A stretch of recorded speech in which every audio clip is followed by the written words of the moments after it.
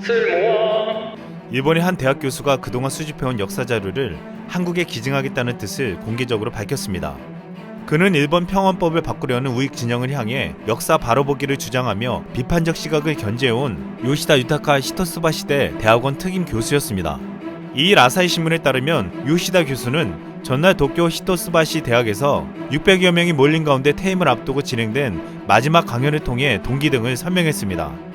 요시다 교수는 일본 근대기에 일본군이 저지른 만행은 물론이고 당시 군주이던 쇼와 일왕의 책임 등을 연구해왔습니다. 그는 이 분야 연구에 평생을 바쳐온 동기에 대해 전쟁의 부조리함과 잔혹함에 분노를 느꼈다고 설명했습니다.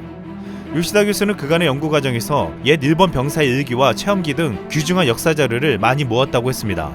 그는 그러나 일본에는 자신이 수집한 자료나 문헌을 보관하고 공개할 만한 문화가 형성되어 있지 않다는 이유를 들어 퇴직 후에 한국의 대학에 기증하겠다는 것이었습니다. 사이타마현 출신으로 도쿄교육대 문학부를 졸업한 요시다 교수는 일본 전쟁 지휘부의 책임론을 주장하는 발언으로 일본 국내의 사학계에서 주목을 받아왔습니다. 평화헌법으로 불리는 현행 헌법을 개정하는 것에 반대해온 요시다 교수는 일제의 난징 사건과 같은 역사적 사실을 축소 부정하려는 일본 내 우익 진영의 움직임도 비판해왔습니다. 요시다 교수는 왜 지금 일본인들이 과거에 대해 잘못된 인식을 갖는지에 대해 이렇게 말했습니다.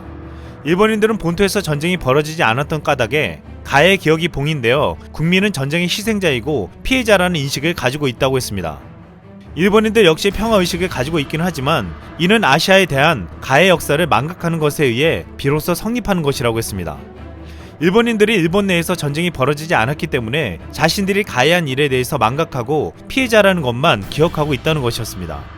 아시아 태평양 전쟁이 끝난 지 70여 년이 지났지만 오늘날까지도 많은 일본 지도자들은 전쟁의 책임을 부인하고 있습니다. 이들은 아시아 태평양 전쟁을 침략 전쟁이 아니라 아시아 민족을 해방시키기 위한 전쟁이라고 믿고 있습니다. 이렇게 만들어진 일본 우익들은 한국의 강제징용 판결도 인정하지 않았습니다. 당시 한국 시민이었던 한국인들이 끌려가서 일한 것은 아무런 문제가 없다는 것입니다. 그들은 일제강점기를 한국을 침략한 것이 아니라 한국을 서구 열강에서 해방시키기 위한 것이었다고 주장하고 있습니다. 요시다 교수는 지금 일본이 이렇게 잘못된 인식을 갖게 된 이유는 2차 세계대전에서 천황이 쓴 종전조서에서 비롯되었다고 했습니다. 그는 종전조서는 천황의 성단 신화를 만드는 원형이 됐다며 국민을 구하기 위해서 천황이 전쟁 종결을 결단했다고 하는 생각이 들어있다고 말했습니다. 많은 일본인들은 당시 천황이었던 히로히토를 전쟁에서 국민을 구한 성단의 주인공이라고 생각하고 있다고 했습니다. 일본이 항복하면서 히로히토 일왕이 공표한 담화문의 정식 명칭은 종전조서였습니다. 그것은 미국, 영국 등의 연합국에 포츠담 선언을 수락하겠다는 의사를 밝힌 것이어서 간접적으로 항복 의사가 내포돼 있었지만 이와 동시에 일본 국민 전체를 대상으로 한 담화 형식의 종전선언의 의미가 더 컸습니다. 일본 정부는 일왕의 종전조서 공표 전후로 연합국 측에 일왕의 존속과 천황제가 유지되도록 해주길 바란다는 의사를 전했습니다. 무조건 항복이 아니라 조건부 항복을 시도한 것입니다. 결국 미국의 주도로 신이라 불렸던 천황이 인간선언을 하고 이 요구는 받아들여졌습니다. 그러나 종전조서의 내용은 문제가 됐습니다. 일왕의 종전조서에는 자국민의 피해에 대해 가슴 아프다고 했지만 일본군의 만행에 대해서는 아무런 사과가 없었습니다. 전쟁 도발에 대한 자신의 책임에 대해서도 한마디가 없었습니다. 이 때문에 오늘날 일본 정부가 시정일관 과거 침략에 대해 반성하지 않고 군사적 팽창을 시도하고 있는 것은 이미 종전시 일왕이 읊은 종전조서에 고스란히 담겨 있었다는 비판을 받아왔습니다. 요시다 교수는 이 때문에 일본은 아직도 잘못된 역사인식을 가지고 있다고 지적했습니다. 그의 대표 저서 중 하나인 일본군 명사 아시아 태평양 전쟁의 현실을 통해서는 일제가 자국 병사들을 희생시키고 주변국들에게 준 피해를 서술했습니다. 그는 일본이 저지른 역사적 사실들을 열거하면서 이를 축소 부정하려는 일본 내 우익 진영의 움직임도 비판해왔습니다. 최근 요시다 교수는 민족주의자들과 평화헌법 수정론자들이 득세하면서 역사를 진실하게 바라볼 것을 주장하는 양심 세력의 목소리가 묻히고 있는 상황이라고 개탄하기도 했습니다. 요시다 교수는 일본이 2014년에 제정한 특정 비밀 보호 법안에 대해서도 비판했습니다. 일본의 특정 비밀 보호법에는 외교와 안보 4개 분야에서 행정기관의 장이 특정 비밀을 지정하고 누설한 공무원들에게 최고 10년의 징역형과 함께 민간인도 처벌할 수 있는 내용이 포함되어 있습니다.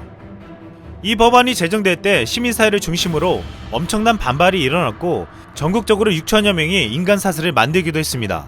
학자들도 일제히 반대하고 일본 언론에서도 이 법안을 강도 높게 비판했지만 일본 정부는 강행했습니다.